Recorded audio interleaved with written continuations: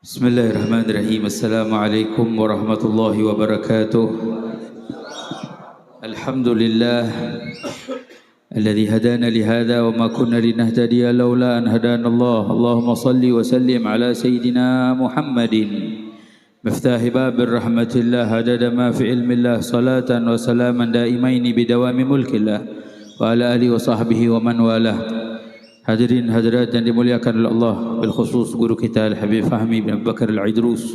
Semoga Allah berikan beliau panjang umur, kesehatan, keafiatan, dan putra beliau dan para jamaah yang hadir bersama, bil khusus sahibul bait Haji Selamat dan keluarga besarnya. Semoga Allah beri panjang umur, sehat, afiat. Hadirin hadirat, kita bacakan sedikit daripada manaqib Al-Qutbil Mala Al-Imam Al-Habib Abdullah bin Abi Bakar Al-Idrus. Beliau yang bernama lengkap Al-Habib Al-Imam Abdullah bin Abi Bakar Al-Idrus. Nama ayah beliau yaitu Al-Habib Abu Bakar As-Sakran bin Abdurrahman As-Saggaf Al-Faqih Al-Muqaddam Thani. Dan beliau punya ibu. Ibunda beliau adalah Maryam, putri Syekh Ahmad bin Muhammad Baru Syed. Beliau adalah orang pertama yang bergelar Al-Idrus, sehingga tidak ada satupun anak cucu Rasulullah sallallahu alaihi wasallam di permukaan bumi ini yang bermarga Al-Idrus, melainkan itu adalah keturunan beliau Al-Habib Abdullah bin Abu Bakar Al-Idrus.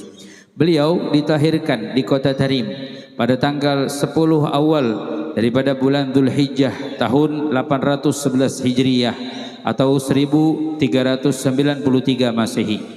Kakek beliau merasa senang dengan kelahirannya, yaitu cucu beliau Al-Habib Abdullah bin Abi Bakar Al-Idrus, dan kelahirannya juga telah dikasyaf atau diketahui oleh kakek beliau yaitu Al-Habibul Imam Al-Habib Abdurrahman As-Saggaf ibn Al-Faqih Al-Muqaddam Thani. Seraya mengatakan huwa sufi waqtih, yang artinya adalah dia nanti yang akan menjadi seorang sufi besar pada zamannya.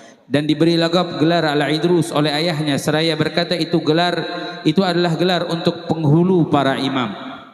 Berkata Al-Imam Al-Jauhari, Al-Idrus itu adalah nama dari sekian banyak nama-nama sang raja rimba, sebagaimana sang singa menjadi raja dari semua binatang-binatang buas di rimba belantara. Maka Al-Habib Abdullah Al-Idrus menjadi raja dan penghulu dari semua aulia, para aulia di zamannya.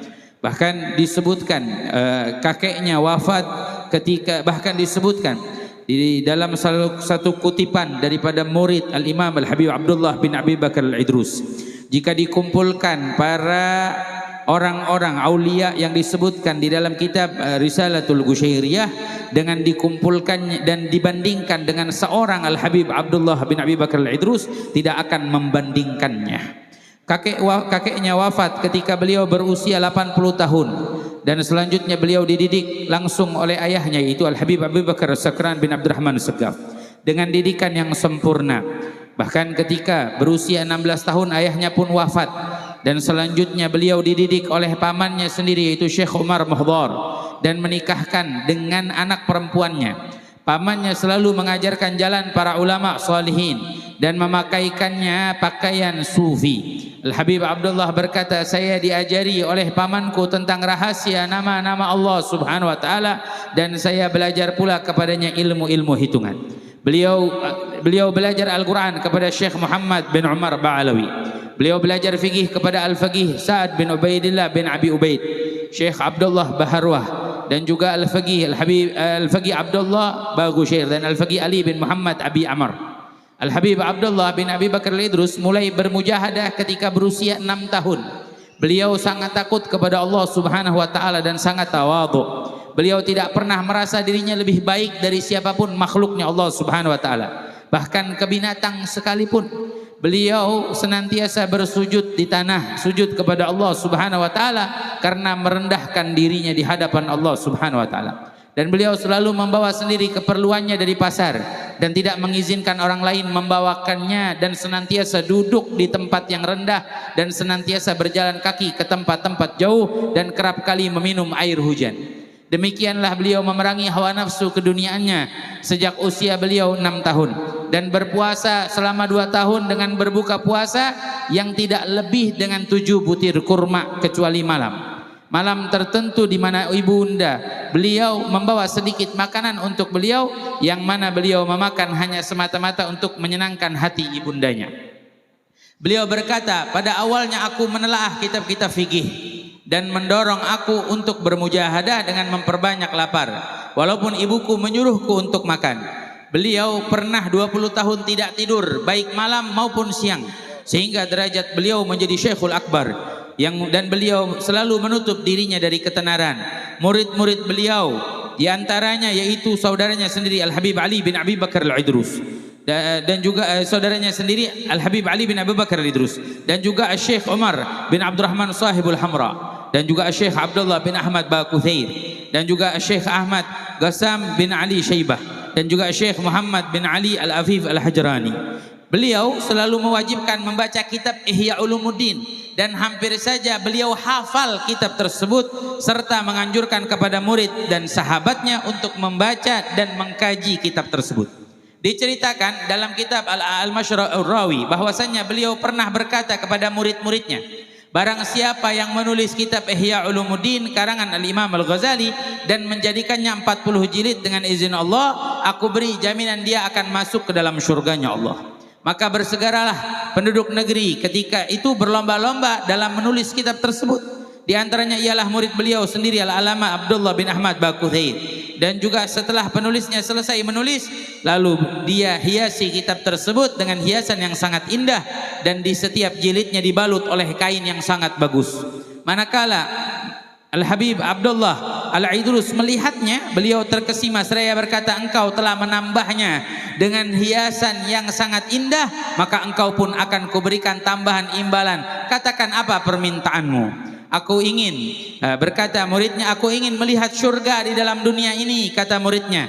Dan beliau menjawab dengan syarat, engkau tidak tinggal di sini lagi. Muridnya pun menerima persyaratan tersebut, maka beliau pun memenuhi permintaan tersebut. Waktu itu juga beliau memasukkan murid itu ke dalam surga dengan kaifiyahnya yang sulit diceritakan atau tidak bisa masuk dalam akal manusia biasa. Maka Imam Abdullah juga di dalam riwayat disebutkan menginfakkan hartanya untuk kaum fugara dan masakin, sangat tawadhu terhadap para penguasa dan lembut perkataannya. Berkata Syekh Izzuddin bin Abdussalam, tidak ada orang yang keramatnya sama dengan Maqam Al-Qutub Ar-Rabbani Syekh Abdul Qadir Al-Jailani kecuali Syekh Ali Hussein Asy-Syadzili dan Syekh Abdullah bin Abi Bakar Al-Idrus. Di antara keramatnya adalah beliau dapat berbicara dengan orang-orang yang telah meninggal dunia. Beliau berjalan di atas air, berbicara dengan bahasa hewan, doanya mustajab. Seketika melihat sesuatu yang sangat jauh hanya dengan membalikkan hijab. Dapat melihat manusia yang mempunyai sifat yang seperti binatang sebagaimana wujud aslinya.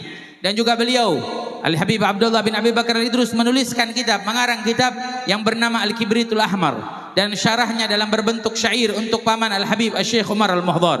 Sebagian ulama kasyaf melihat bahwa Rasulullah SAW memuji Syekh Abdullah bin Abi Bakar Al-Idrus dengan pujian yang agung. Abdullah adalah anakku, rahasiaku, darah dagingku, hidupku, tulangku, dan pewaris sunnahku. Diceritakan oleh Syekh Sulaiman bin Ahmad, suatu ketika aku pernah sakit di negeri yang mayoritas penduduknya orang kafir, sehingga sulit bagiku untuk mendapat bantuan. Aku teringat akan sehelai kain kepunyaan Al-Habib Abdullah bin Abi Bakar Al-Idrus yang aku bawa. Kain tersebut pun aku selimutkan ke tubuhku yang menahan sakit sambil aku meminta pertolongan dari Allah Subhanahu wa taala, dan aku bertawassul kepada beliau Al-Habib Abdullah bin Abi Bakar Al-Idrus sampai aku tertidur. Dalam tertidur, aku pun ditemui oleh beliau yang datang dengan mengendarai keledai, serta di belakangnya beberapa anak kecil, seraya mereka berucap, ya Hannan, ya Mannan, Afi Sulaiman. Yang mana artinya adalah, ya Hannan, wahai yang maha pengasih, ya Mannan, wahai yang melimpahkan, berilah kesembuhan untuk Sulaiman. Setelah tiba waktu pagi, aku pun sembuh sedia kala sebagaimana tersebut. Diceritakan juga oleh salah seorang muridnya, yaitu suatu ketika aku duduk di samping guruku Al-Habib Abdullah bin Abi Bakar Al-Idrus, sedangkan beliau sedang tertidur pulas. Manakala tiba waktu salat, aku pun mencoba membangunkan beliau. Telah tiba waktu salat, ujarku, namun beliau menjawab, aku telah salat. Jawaban ini membuat aku heran, sungguh semenjak tadi aku bersamamu dan tidak melihat engkau melakukan salat, kataku. Beliau menjawab, aku menjadi imam dalam salat berjamaah di masjid. Jawaban beliau membuat muridnya semakin heran. Akhirnya muridnya tersebut dia keluar rumah dan menanyakan kepada para jamaah yang ikut sholat di masjid yang telah bubar. Mereka ditanyakan, siapa yang menjadi imam dalam sholat kalian?